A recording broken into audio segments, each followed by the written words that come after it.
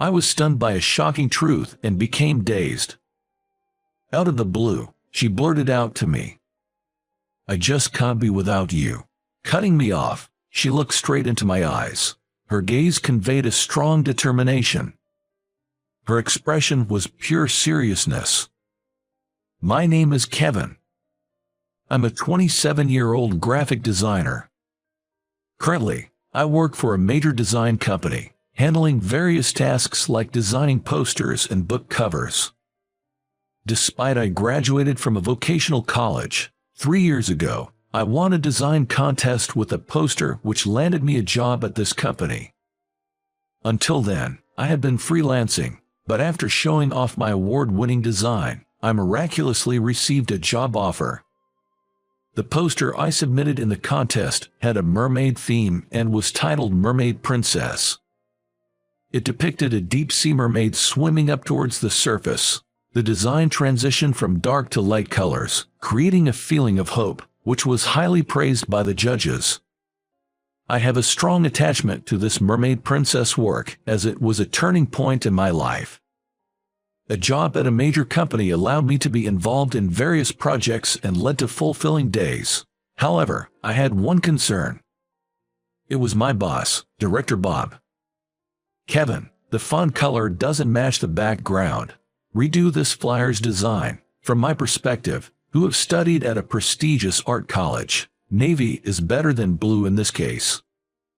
Saying so, Bob threw the flyer at me. Thinking here we go again with his nitpicking, I replied, "Got it," and immediately turned to my computer. Director Bob had graduated from a renowned art college, and thus held immense confidence in his taste and education. For that reason, he clearly didn't like the fact that I, a mere technical college grad, joined the same company midway. Just like now, he always nitpicked at my works, suggesting to change the color or switch the motif from flowers to stars, and demanding numerous revisions. Of course, as a designer, my goal is to produce better works. But the tricky thing with Bob was that he often changed his feedback. As expected, after I switched the font color from blue to navy and presented it, Bob ordered another revision. "You know what, blue was better. No hard feelings. But artists go through many iterations to create masterpieces. This will be a great learning experience for you, as you have not properly studied at an art college." Saying so, Bob handed back the flyer with a sneer. Feeling the malice from Bob, I once again replied, "Understood," and ended up working overtime that day. With all the overtime work and the way I was being treated, I was starting to feel down. But I genuinely love my job as a graphic designer, and I also wished to become a designer who would someday earn Bob's respect. But man, I sure could use some emotional support. Late at night, after finally finishing up, I felt a pang of sadness while heading home on the last train. Looking back, when I was freelancing, I was always busy due to financial constraints. In such a situation, romance was out of the question. And since my college days, I had always been alone. But someday, I'd like to get married. I thought, maybe now is the time to take some action. However, as I was suddenly driven by that urge, I was still unsure how to proceed since I had been away from dating for so long. So, the next day, I decided to seek some advice from my cousin, whom I regard as my elder brother, John. When I called him, John suggested, "If you're up for it, I know a woman I'd like to introduce you to. She's a 26-year-old freelance illustrator and a friend of my wife." "An illustrator? I'm intrigued. If she's okay with it, I'd definitely like to meet her." Thus, through John, I got a chance to meet this woman. We planned to have a matchmaking date at a cafe lounge in a week.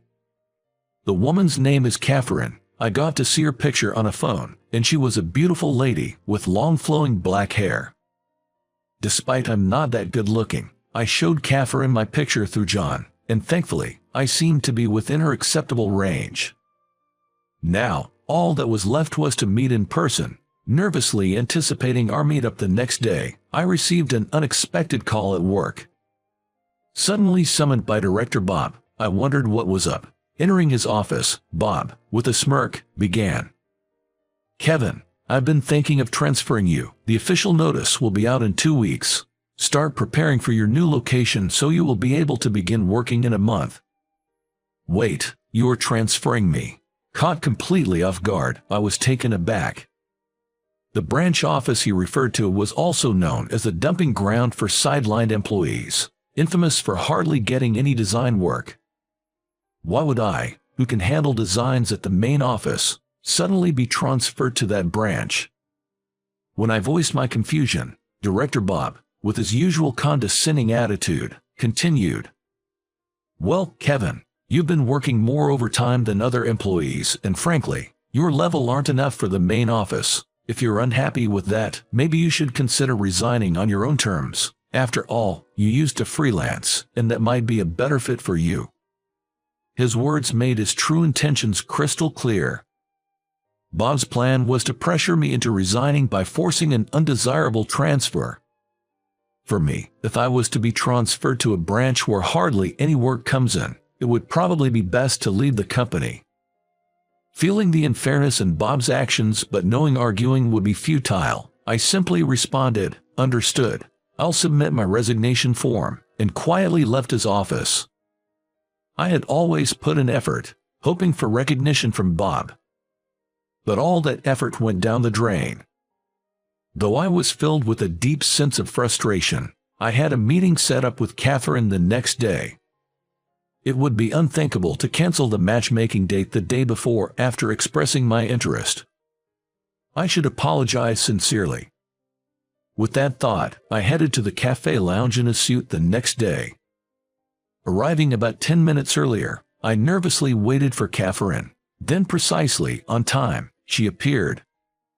Wearing an elegant gray dress and carrying herself gracefully, Catherine looked even more beautiful than in her photos. My heart began to race upon seeing her, but I had to tell her the truth. Although, before I could say anything, with a warm smile, Catherine started introducing herself. "Sorry to keep you waiting. My name's Catherine. I'm really looking for you. I'm so sorry. I have something I must apologize for today." Seeing me bow and apologize as soon as we met, Catherine was visibly taken aback. "The thing is, just yesterday, my boss ordered me to transfer to a branch office. The real purpose behind this is to push me to resign. So, in about a month, I'll be going back to freelancing. I'm truly not in a position to date anyone right now. I sincerely apologize for initiating this meetup only to bring you such news." Upon hearing the details, Catherine responded calmly. I had thought anyone would be rightfully angry if they heard such things during a matchmaking date, so her reaction was quite surprising to me. "Is that so? That must have been tough. Thank you for being honest with me." No, I'm so sorry." And so, we just had one cup of coffee and then went our separate ways. Honestly, I wanted to talk with her more and was curious about the type of illustrations she creates. But with my future job becoming uncertain, it might not be the right time for a relationship. I probably won't get another chance to meet such a wonderful woman like her. With such lingering feelings, I headed to the office the next day and was again summoned by Director Bob. Now what? I thought, noticing that Bob seemed different than usual. "Kevin, sorry to ask this, but could you hold off on submitting your resignation? We actually received a direct job request for you." Previously, unless it was something significant, Director Bob would allocate work considering each employee's capabilities. It was my first experience receiving a direct request. "From where?" I inquired, and the response was unexpected. "It's from Inspire Publisher. Who would have thought a major publisher like them would scout you directly? Inspire Publisher is a top-tier publisher. I never dreamed of receiving work from such a big name." According to Bob, a webcomic artist named Sarah Cherry was releasing a book with Inspire. For some reason, she specifically requested me to design the book cover. After reaching out to the publisher, I was informed that Sarah wanted to discuss the job in person, So, the next day, I visited the office for a meeting with Sarah. I had intended to submit my resignation, but this unexpected job offer felt unreal. First, I should check out Sarah's work for the design. So, I went online to look at her creations and was immediately captivated by her world. The gentle color palette of her illustrations was very endearing and soothing. But her work wasn't just cute. Sarah's drawings vividly conveyed everyday moments of wonder, making it understandable why she has so many fans. I wondered, what kind of person is Sarah? With anticipation for the next day, I headed to the publisher's office and was led to the meeting room. But the moment the door opened, I was shocked. It was Catherine, the woman I had just met for the matchmaking date. Caught off guard, I managed to say, "Could it be, are you Sarah Cherry?" With a smile, Catherine nodded. "Yes, I work as an illustrator under the name Sarah Cherry." I knew Catherine was an illustrator, but I had no idea she was Sarah Cherry. In astonishment, I slowly said, "But Catherine, are you sure I'm the right fit? I'm the only one in my company with a vocational school degree. There are many more skilled designers out there. I specifically want you." Cutting me off, Catherine looked at me straightly. Her expression was full of seriousness. She then shared, "Actually, I've been following your work for years. Ever since I saw your mermaid princess in the poster contest, I've been a fan. You've known my work. I'm honored." I couldn't believe that Catherine had recognized my work from 3 years ago. She continued, "3 years ago, I was in a slump, not producing much, but when I saw your mermaid princess, I was deeply inspired.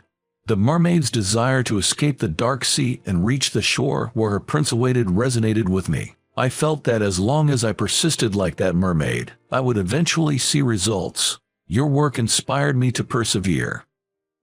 Catherine, realizing someone was touched by the emotions I poured into my work, was the greatest joy. It's not just about creating beautiful graphics. If my own creation had truly moved someone's feeling, there's no greater joy. Catherine's eyes filled up with tears as she continued, "That's why I was so thrilled when I heard about our matchmaking date. I've always wanted to meet you, Kevin. I've longed to have a conversation with the person behind such marvelous work. Meeting you through a mutual friend was like a dream come true. I can't believe a designer like you would be transferred to a regional office. That's why I directly reached out to offer this job." I can't express how grateful I am to Catherine. She gave me such an incredible opportunity. For my part, I'm ready to give my all for her. Thank you so much. I'm truly fortunate to work with you, Catherine. While I'm unsure about the future, as fellow creators, let's produce the best work possible. After our miraculous reunion, we had an in-depth discussion about the book's design. Since it's Catherine's first book, she's particularly attached to it, and I, too, felt a strong desire to meet her expectations. Interestingly, the content of her comic presented Catherine's journey to becoming a successful webcomic artist. When I asked Catherine about her preferred cover design, she responded, "Well, since the story is about dreams coming true and a happy ending, I think a bright cover would be suitable." Hearing this, an idea immediately struck me. "I'd like you to help with one particular aspect," I said, sharing my concept. Catherine agreed enthusiastically, saying, "That sounds great." Together, we co-designed the book cover. A year after meeting Catherine, the book I designed became a bestseller, selling over 200,000 copies within 6 months of its release. Thanks to Catherine's charming original characters, the book garnered popularity across various age groups and was highly praised for its readability. Moreover, our collaborative cover design was applauded for its excellent taste. For the book, I themed the cover around the Little Mermaid. But unlike before, she's not the mermaid from the dark, deep sea. This mermaid, having come ashore, gazes at the blue sky and the brightly shining white sand beach with a radiant smile, and the mermaid illustration was crafted by Catherine. Interestingly, the mermaid embodies Catherine herself, who overcame difficulties to realize her dreams. Thanks to her adorable art style, the design turned out even more appealing than expected. Moreover, representing the mermaid scales with holography was admired as being innovative by the publishers, and since then, I've been receiving direct job offers from Inspire Publisher. At this rate, as the director, there was no way they could transfer me to a rural branch office, so the idea of my transfer was cancelled. Surprisingly, this episode led Bob to reassess his previous attitude. "Kevin, I read the book you designed, and it was truly impressive. Not just a pretty cover, but it perfectly aligned with the world of the comic, creating an entire universe. I feel ashamed for previously emphasizing academic credentials so much." Perhaps it's his genuine passion for graphics that made him recognize and appreciate the effort I poured into the design. I've always been aware of his profound skills in art and design. "There's so much I've learned from you over the years. No matter what, you'll always be a designer I deeply respect." Upon hearing this, Bob, for the first time, showed a gentle expression. "Thank you, Kevin. Your words truly mean a lot to me." While I had reconciled with Bob, there's more good news. To everyone's surprise, with the book's publication, Catherine and I began dating. As we collaborated professionally, we came to recognize each other as irreplaceable in both work and personal life. We continue to inspire each other in our work and maintain our relationship. And now, 6 months later, Catherine is publishing another book, so we're teaming up once more for the cover design. What design should we go for this time? How about this? I quickly sketched a scene of a wedding ceremony featuring a bride and groom. Why the sudden shift from a mermaid to a wedding scene? Well, once the mermaid, fascinated by the sea, comes ashore, wouldn't she want to marry her prince? Catherine blushed and laughed. "You do realize that mermaid represents me, right?" "Yeah, so, can I propose to be the prince? The mermaid who saved the drowning prince?" "Indeed, Catherine is my very own little mermaid."